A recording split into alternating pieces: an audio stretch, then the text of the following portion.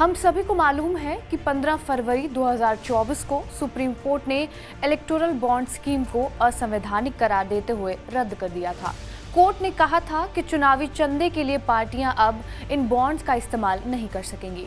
इसके बाद सवाल उठा है कि इलेक्टोरल बॉन्ड नहीं तो क्या, अब कैसे मिलेगा राजनीतिक दलों को चंदा। तो आपको बता दें, जब चुनावी बॉन्ड नहीं होते थे तब पार्टियों के पास चंदा लेने के और भी तमाम जरिए थे, जैसे bank cheque, donation, crowd funding और मेंबरशिप से आने वाली रकम आदि आदि। 2 दशक पहले पार्टियों के पास एक रसीद बुक हुआ करती थी, जिसे लेकर पार्टी कार्यकर्ता घर घर जाते थे और लोगों से चंदा मांगते थे।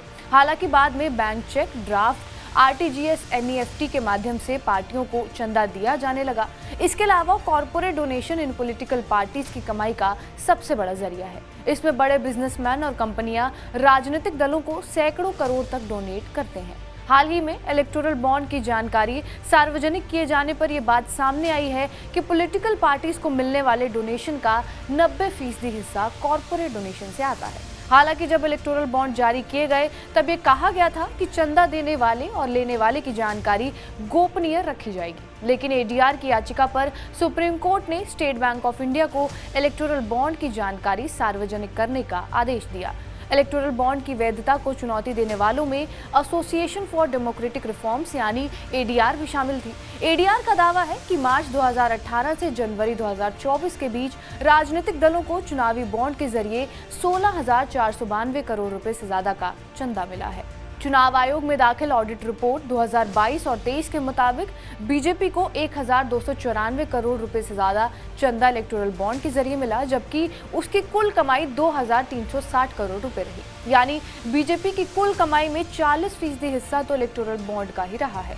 इलेक्टोरल बॉन्ड को लेकर चिंता की सबसे बड़ी बात ये थी कि रूलिंग पार्टी को इससे सबसे ज्यादा फायदा होता है और वो इसका अनुचित फायदा भी उठाती है। एडीआर की ही एक रिपोर्ट के मुताबिक 2017-18 से लेकर 2021-22 के बीच बीजेपी को इलेक्टोरल बॉन्ड के जरिए 5,271 करोड़ रुपए का चंदा मिला, लेकिन सबसे ज्यादा चंदा उसे लोकसभा चुनावों के दौरान मिला। 2019-20 के दौरान बीजेपी को इलेक्टोरल बॉन्ड के जरिए 2,555 करोड़ रुपए का चंदा मिला था। एडीआर की रिपोर्ट बताती है कि साल दर साल चुनाव महंगे होते जा रहे हैं और 2019 लोकसभा चुनाव के दौरान 7 राष्ट्रीय पार्टियों को 5,500 करोड़ से ज्यादा का फंड मिला था, जिसमें से इन पार्टियों ने चुनाव के दौरान सिर्फ 2,000 करोड़ से ज्यादा खर्च किया था।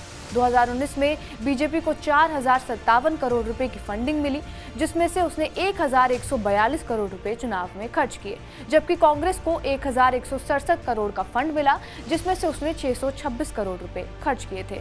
बहरहाल इलेक्टोरल बॉन्ड को लेकर इस खबर पर आपकी क्या प्रतिक्रिया है, हमें कमेंट बॉक्स में जरूर बताएं। बाकी देश और दुनिया की तमाम बड़ी खबरों के लिए बने रहे हमारे साथ TV9 डिजिटल पर।